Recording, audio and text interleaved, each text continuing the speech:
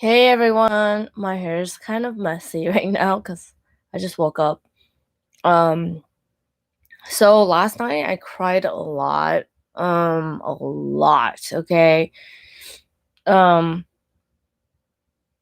I had like one drink at this restaurant. Like God kept saying like go to the Abbey. It's basically a restaurant bar in West Hollywood. So I kind of didn't want to listen, but I was like, okay, God. So I got this martini, one martini, and I don't know, like, I guess it's all vodka. I didn't realize that. I didn't actually know what a martini was. I was just like, oh, it's sweet, it tastes good. So I'm sitting there and I start crying, like crying my eyes out like a little baby. And like the bartender starts staring at me, and I'm like, oh my gosh, like I cried for almost maybe 30 minutes, an hour. I actually cried for, yeah, about 30 minutes, just weeping. I was weeping, and the tears were just consuming me. So I was actually at a gay bar, gay restaurant. So basically, 99% of the people there are men. So all of them were staring at me like, not all of them, but a lot of them were like, the bartender didn't even want to like come talk to me. He just like glanced over like, oh, that girl had drank too much. I'm like, I only had one drink, mister.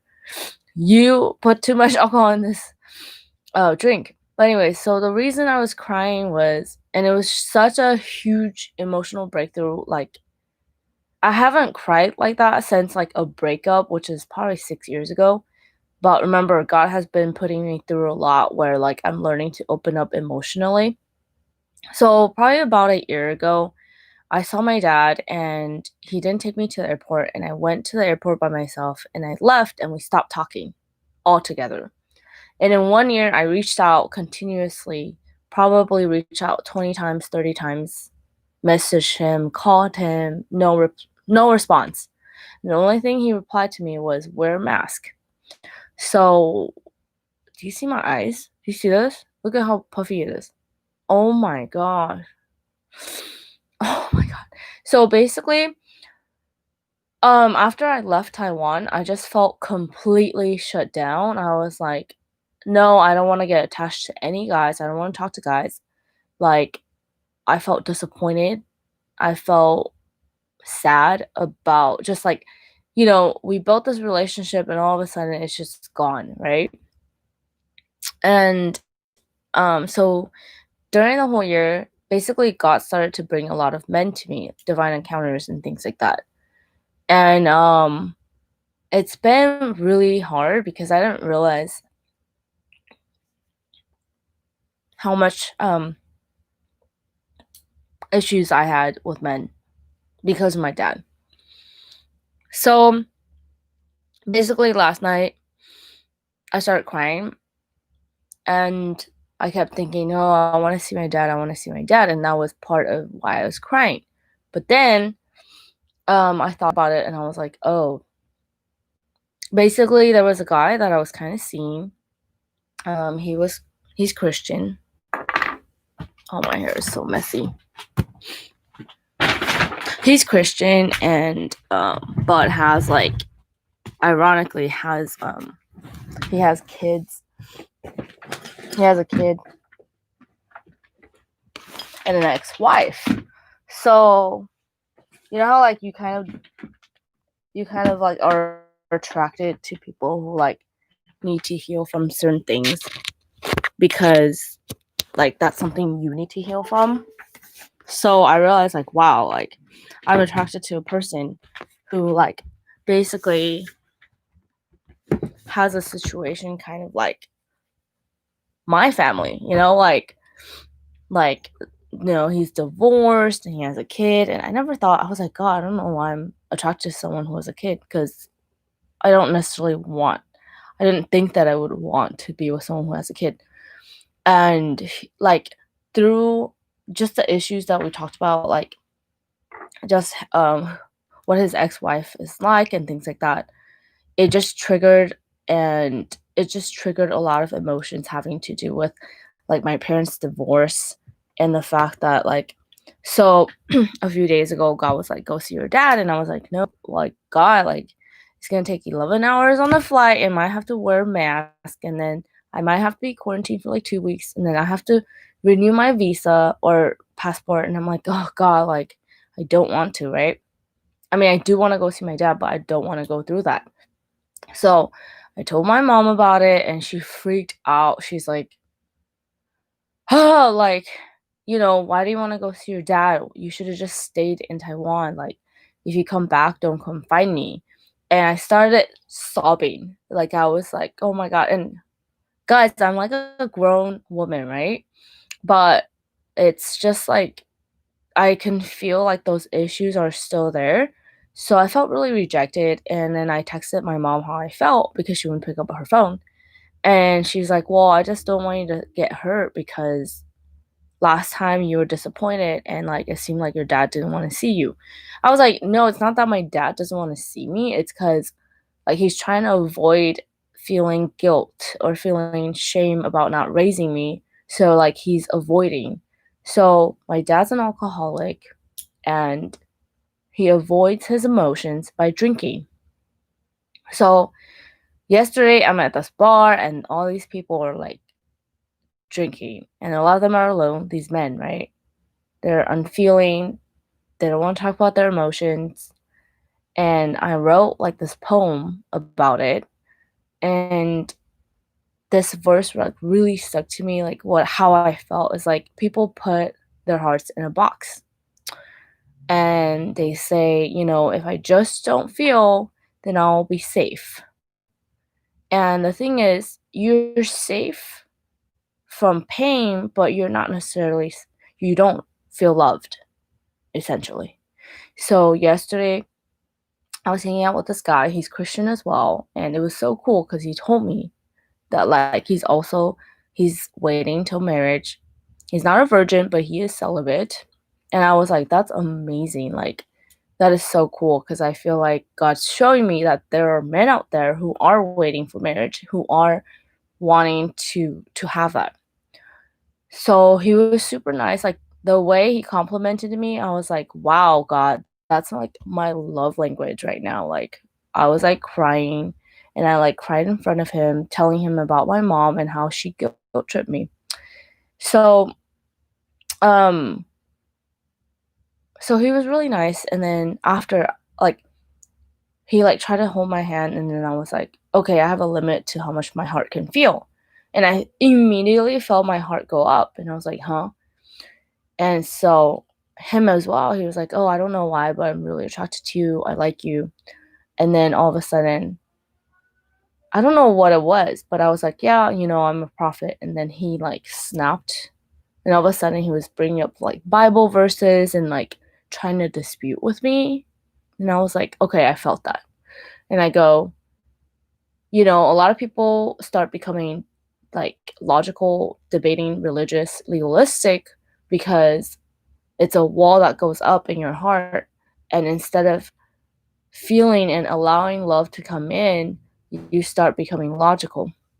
So he explained like the whole like he's like been deceived by Satan before and blah blah blah. And so I was like, well, back then, like whatever you experienced, you learn from it, but now is the time that you trust what you're hearing again, that you're trusting God, that you're just stepping out in faith.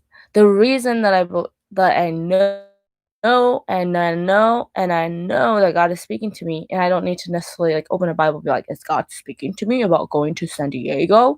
Is that every time I go, God leads me to the right people at the right time, at the right place. So I live my life that way in complete trust and in complete faith because I do it every single day, every single moment of my life. Like yesterday, even a part of me was like, no, God, I don't want to go to the Abbey. I don't want to go. I don't want to be with people. But I was like, okay, God, I'm going to trust you.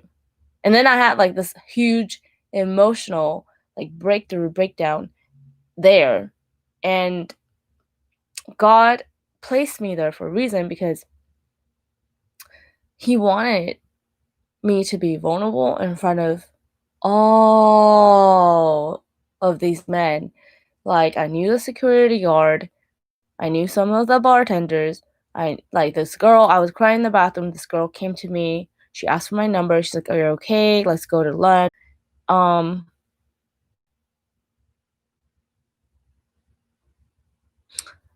and then they're like, "Go ahead, you have the table." And I was like, "Well, I just went through this with my friend, and I feel this way, and I feel this way." And of course, like, they just try to give very logical advice because they're men.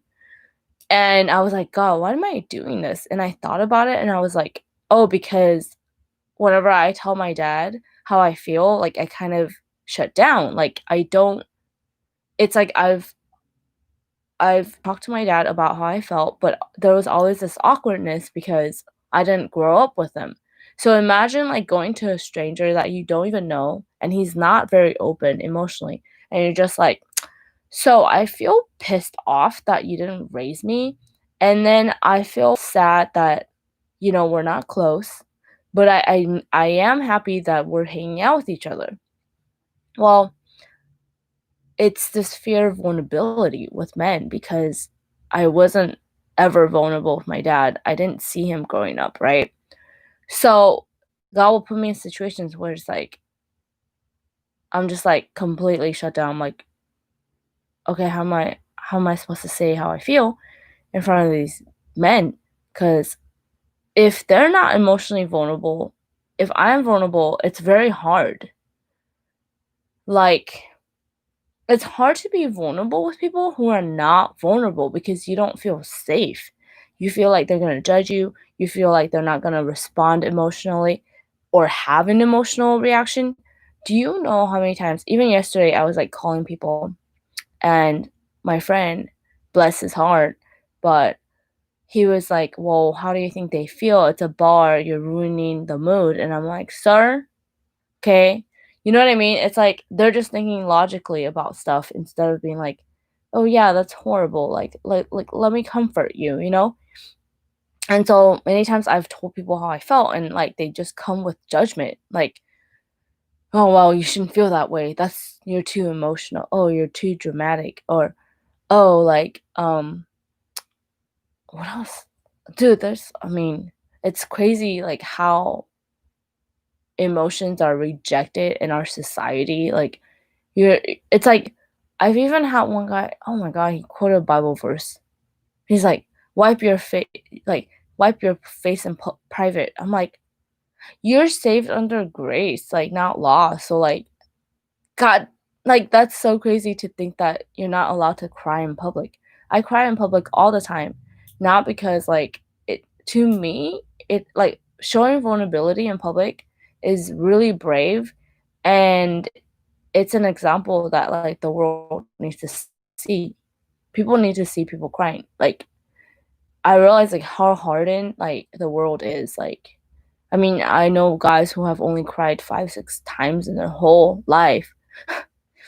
Anyway, so I told this guy, I was like, "Yeah, you're becoming very logical, and now you're debating about Bible verses."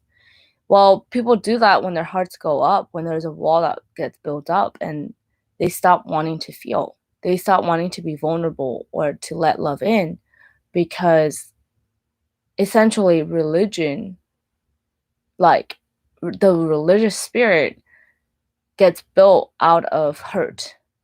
So when you don't want to love, when you don't want to be loved, when you don't want to get hurt, isn't it easier just to quote a Bible verse and to be logical and to debate about theology? Is and to be right or wrong, or to say that you're right or wrong when prophecy pokes at the heart. It's like a sword. It just pokes at your heart and it goes right into the issue that you're going through. So I said, um, prophecy isn't so much about right or wrong, it's about poking into your heart and getting to the issue. So I started prophesying to him and I was like, "Yeah, like, you've been really hurt and God is healing your heart, but like open up your heart to love. Like, don't be afraid to love. Don't be afraid to let love in." And so growing up, my mom was pretty critical. So whenever people are like critical, I just feel like I don't want to talk to you, like you're criticizing me. Um, but I'm getting to a point where it's like it's a lot of like emotional openness.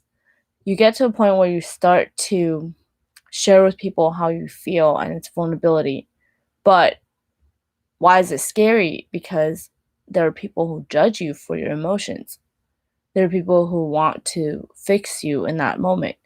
There are people who say, well, don't be emotional and don't be dramatic, or you're too emotional, you're too dramatic. At the end of the day, I'm like, no, I'm not too emotional because I was shut down for a long time. I couldn't really feel, I could cry and all that, but like I was told that my emotions weren't valid. And because my emotions weren't valid in their eyes, I became shut down. So I noticed like with my mom, like I would be hanging out with her and she'll be really over dramatic, like in my eyes.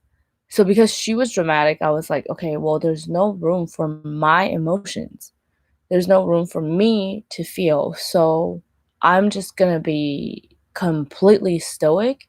So I noticed like with her, she'd be like so dramatic, and I'll be like, no, like she's too much. Like I'm just gonna be stoic because I can't handle her. And like I'm getting to a point where I'm realizing where it's like, oh my god, it's not wrong to be dramatic. It's not wrong to be emotional, to cry, to be angry. But in my mom's case, instead of sadness, she always just showed anger. So I'm realizing, like, throughout my journey in the last few months, that it's okay to show anger, and I have showed it. And in showing anger, I'm able to experience sadness. I'm I can show my tears, I can be sad, but then when after I cry, then I can feel like a human being again. And so most of the time, people don't feel like humans because they don't cry. And so they have this clog up in their heart and it's like a wall. So what happens is you're just going through life like numb and like you can't feel joy, you can't feel anger. Like, you know what I mean? You're just numb. We are not meant to be numb human beings. Like, we're not meant to be robots. And God, I just pray, God, you would continue to break through to our hearts and show us that it's okay to be loved for who we are in the moment. And it's interesting because I was talking to the guy yesterday, and he's like, you know, when I'm sad or I cry, I always cry in private. And he's a divine appointment. Growing up, he was actually in a gang. And of course, you know, when you're in a gang, you can't really, you can't show weakness.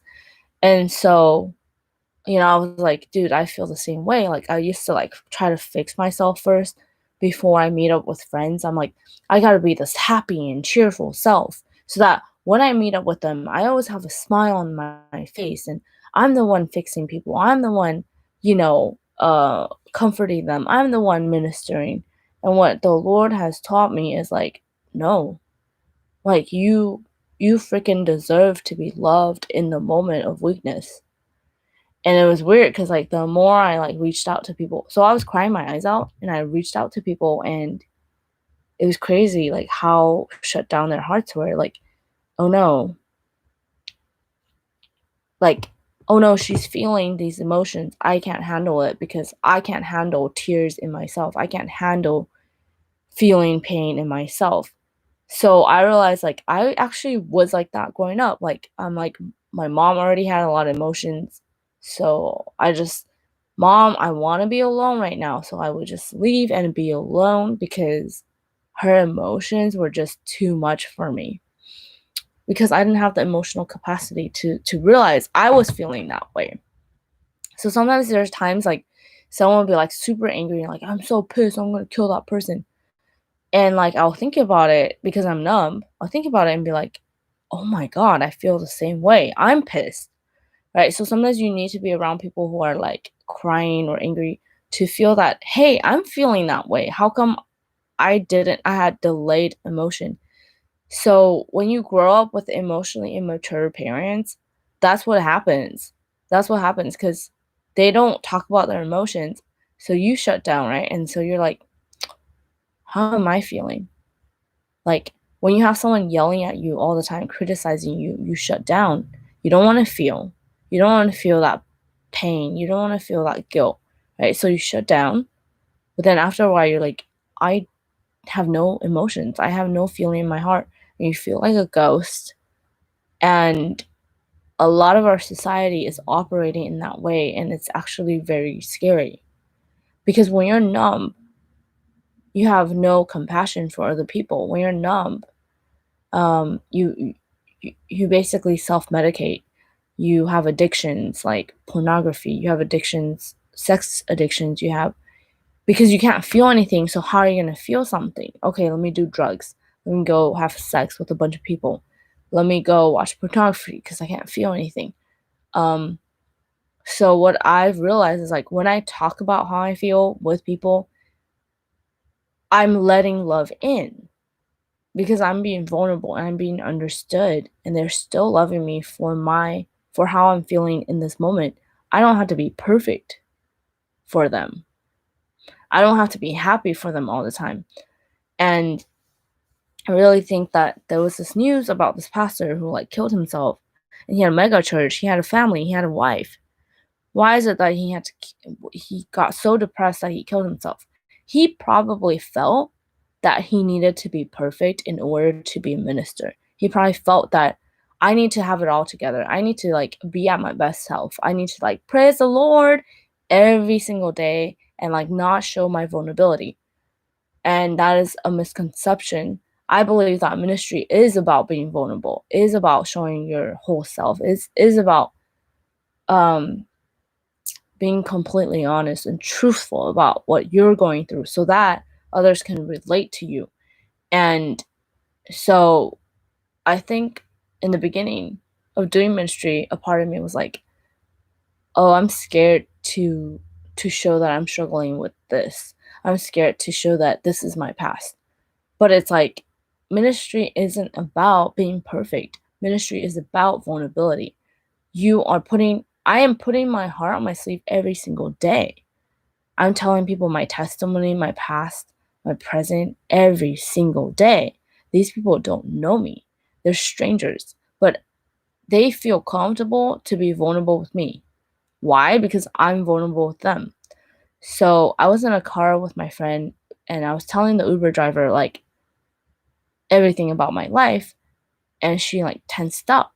So when we got off the car, I was like, I could tell in her eyes, like, there was fear. And I was like, what's going on? I'm very receptive now too, because in the past I would just ignore it with my mom, and because she didn't want to talk about emotions. But now I can read people like crazy. So I was like, hey, you're feeling fear in your eyes. I see it in your eyes. No, I'm okay. No, I'm okay. No, you're not okay, dude. Tell me what's going on. And she's like, well, there's my private things. And I was like, okay. I was like, that's great for you, but, like, I've come to a point in my life where there's nothing that I'm really ashamed of, and if there is shame in that, I try to tell people. I try to be open, because what God has taught me is, like, if there's an area where you feel shameful about, um, that's where the enemy has a hold on you in your life. Um, so so I literally tell strangers, like, almost everything. And so,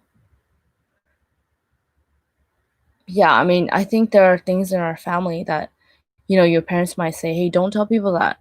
I remember growing up, my mom would say, don't tell people that your parents are divorced. And I'm like, why? Okay. So I felt ashamed about a lot of different things because I was taught to hide them and not be vulnerable, not be open, you know? And so ask yourself, what in your life are you hiding that you feel shame about, that you feel scared to tell people about? And I want you to tell someone today. I want you to share with someone that you trust today. or even someone you're not sure you can trust, you know? Um, be honest with people and don't feel ashamed about what you're going through, right? Um, yeah. It's another thing too. This guy was telling me about something, and I realized, like, yeah, I used to feel ashamed that I was waiting for marriage, that I was a virgin. Um, and there was shame wrapped around it, but now I tell everyone. It's actually become part of my testimony, part of me, like, teaching people that it's important to have emotional connection first. And the reason that I'm waiting isn't because God is like, "Oh, I'm gonna punish you if you have sex." No, it was a commitment that I made on my own part to, like, because I trust God. I trust God with my life partner. I trust God that He knows who my husband is, um that however he's made, because people are like, what if you get married and like his penis isn't good, or what if you get married and like the sex isn't good? And I'm like, I have perfect trust in God. I have perfect trust in God. I'm not saying that when I've trusted God that everything's been perfect, no. But like, even the other day, like, God was like, go to San Diego, so I went there. I was like, what's gonna happen today? Every single day I'm like, what's gonna happen? So I see this exit for Carlsbad, and I felt led to call someone, and he happened to be right at the intersection that I was at. Do you understand, like, the timing and the place of things when you follow God, when you follow what He's leading you to do, you follow the intuition in your heart, you follow, and you don't hesitate, you don't doubt yourself. What happens is you're always at the right place at the right time. And it turns out, like, I was hanging out with this person, that he's like a mutual friend of mine. He literally, like, all of the things that he went through reminds me of like my ex, and I remind him of his ex, and it was just like, wow, like, God just like wants to basically heal and fix the things of the past so that we can move forward. A lot of you have been wanting to get married, you're waiting for your husband and wife. That does not mean that you just sit there and wait, or sit on your couch and like, God, my Prince Charming is going to knock at my door. It takes work. It takes work to work out the issues from your past, from your ex. It takes dating. It takes, hanging out with people to reveal that which needs to be healed. You can't heal on your own, especially when it comes to issues from your ex, or relationships, or beliefs about relationships. You need to actually go out there and not be afraid, and put yourself out there, and not necessarily, like, I think there is a misconception growing up in a Baptist church is like, you can't act like, I felt like you weren't allowed to really even hang out with guys that you knew weren't your husband.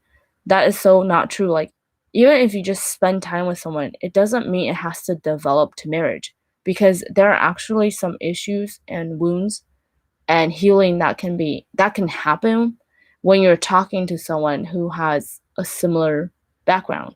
So that those hours spent isn't necessarily meant for you to like, oh, I'm gonna marry this person. Maybe you are just there to spend time with that person so that you can heal from your wounds. And I think that's why, like, people don't understand that's the dating process. You are literally, love is healing each other. Love is healing each other. And we have a very narrow mindset of dating. Like, oh, dating is just so that, like, if I hang out with this person, he has to be my husband. It's like, no. Actually, like, all of that talking, all of that conversation is meant to reveal that which needs to be healed. And so, um, I wish someone told me this growing up, so that I wouldn't be like, oh my God, why is this such a disappointment? Why do I just keep not meeting my husband? No, there's so much stuff that God has revealed through, like, hanging out with a guy or going on a date. It's like, we we have such a narrow mindset of our healing, of our souls, of our hearts, of our, like, we have a very shallow idea of dating. Like, we just see it as like, oh, we had a good time, we laughed, oh my gosh, like, he's my husband. Like, no, because like everything that I've gone through with talking to a person, it's like revelation comes when you talk. When you talk to someone who you're like on a date with, like, it's like revealing, like, okay, even like stuff like realizing, oh my gosh, like, if I really like someone, I start to get insecure about my looks.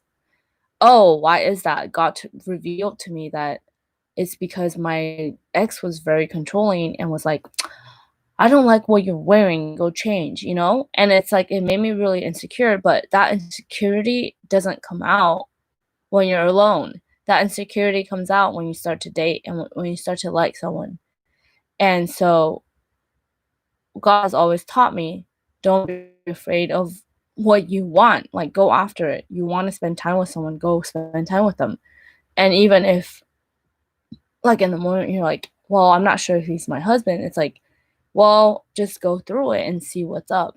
Like, just go through it. Don't be afraid to get hurt. You know, don't be afraid of love. Because through all of this experience, what I've learned is, okay, God will be like, don't be afraid of failure. Um, don't be afraid of rejection. Don't be afraid of confrontation. And the whole thing with don't be afraid of failure is that sometimes I'm like, oh, he's not it. He's not the one. All right. But then, like the next day, God will be like, oh, go somewhere, go here and go there and talk to these people. And he's like, you can't live your life hiding and being like, oh, well, that failed, so I'm not going to try. Does that make sense? Like, God wants you to keep going forward and not hide in a hole or a cave because you're like, oh, that failed. That didn't end up my husband, so I'm just going to stop trying. No. So anyways, I encourage you to start dating. Some of you are just like, oh, I'm just sitting here waiting. It's like, no, you need to go outside. You need to go out there. You need to date. Like, end of story. Like, you know, it's like Christians have a really hard time, like, with failure.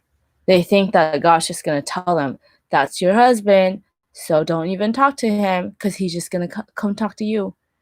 That's passive aggressiveness, and that's just a fear of failure and rejection. And like, I think that we disguise this fear of rejection and failure with spirituality. Like, okay, well, God just prophesied to me who my husband is, so I don't have to go through failure. I don't have to go through rejection.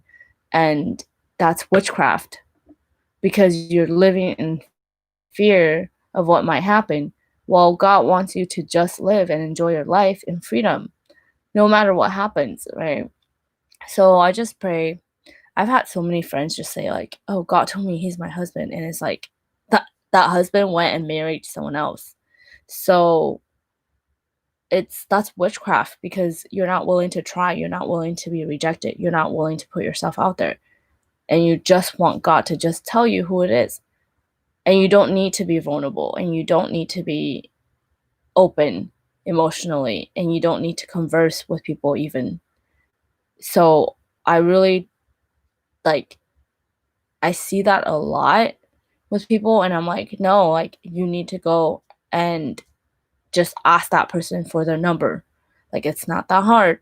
You know what I mean? Like, and so I think that a lot of what, like, some churches teach is so like aloof, so like out there, like logical, like just do this. It's like just wait until marriage and just do this, and it's very simple, but it's like they don't teach people to just converse and to just confront issues. Yesterday a lady was telling me like how she still had feelings for this guy, and I was like, have you ever told him? Like, you know what I mean? So many times we're just like, God, take away those emotions so I don't have to confront that person.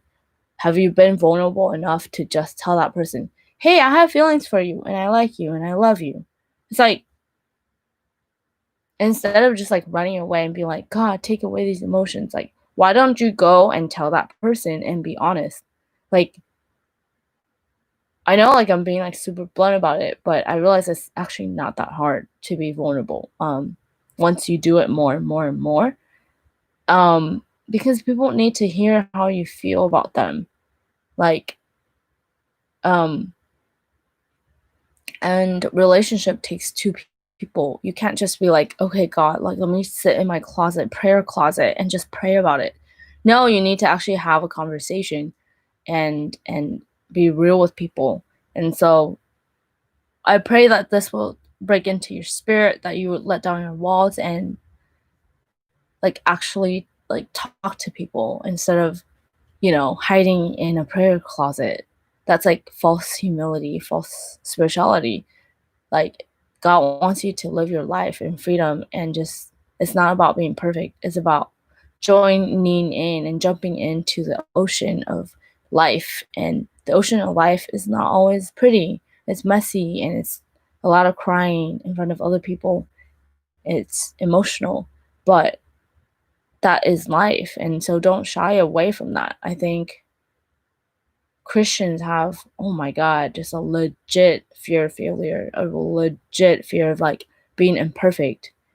And God's like, no, join in life, like jump into the ocean of life. Like, it's meant to be messy and wet and crazy. Like, but he's like, don't be afraid of people to the point that you just don't want to date. You don't want to put yourself out there. And like, what God has taught me is like, this whole thing is like, emotional maturity is confronting people, speaking out for yourself, having real conversations, real confrontations.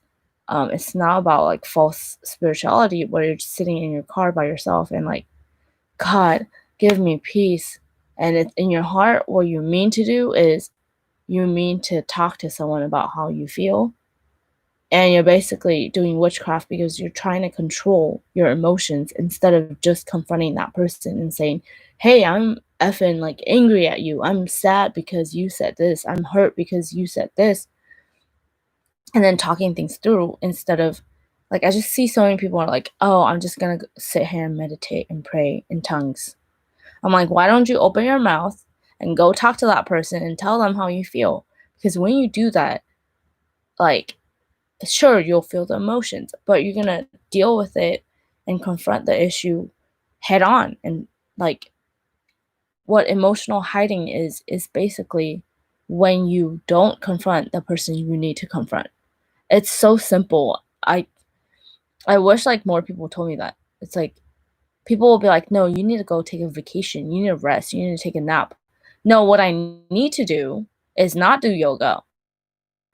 Like, what I need to do is not pray right now. What I need to do is go talk to this person about how I feel and just be in relationship, right? And it seems so simple, but like, I don't think people taught that at church. Like, I never heard that.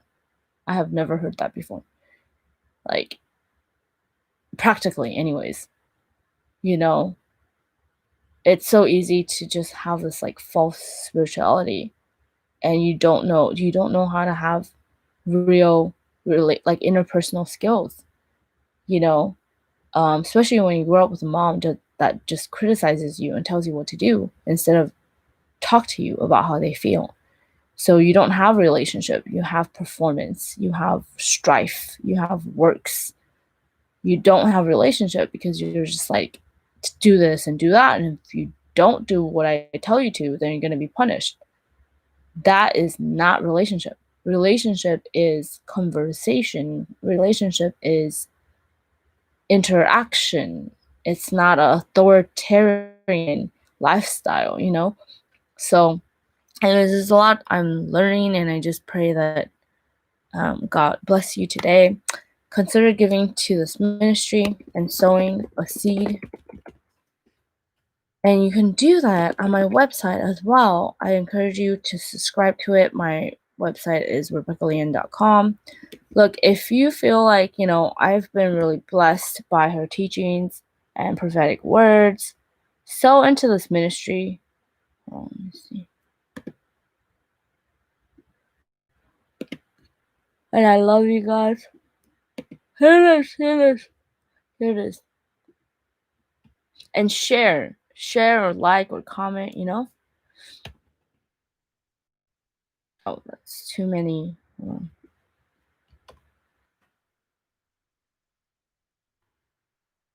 So here, so. Is that working? Anyways, God bless you. Even if you're just like, you know what, I want to sow like $5, like $20 into this ministry, into this word. Like, I just pray that whatever God leads you to sow, that you'd sow, and that God will bless you and multiply that seed. And I pray that this word will break through into your heart. Like, man, like, a lot of us don't live in a way where we can actually go to people and be vulnerable with them. And that's tough, because that means that you're not really being loved for who you are. And what I realized is, like, I had no love relationship with my mom because it was more of a practical love. It was like, oh, if you do what I want you to, then I'll love you. It wasn't very unconditional. And I'm at a point where it's like, oh yeah, I can be imperfect. I can show that imperfection, that side of me that is whatever I am in that moment, and be loved for who I am. So that's love, and that's love breaking through, and it's just beautiful. It's beautiful, and I'm like, wow, that's what marriage is. Like, you're not supposed to be perfect, dude. Like, you're supposed to be vulnerable and all of yourself, and laying out everything that you're feeling authentically. So I pray that this message spoke to your heart. In Jesus' name, amen. Bye.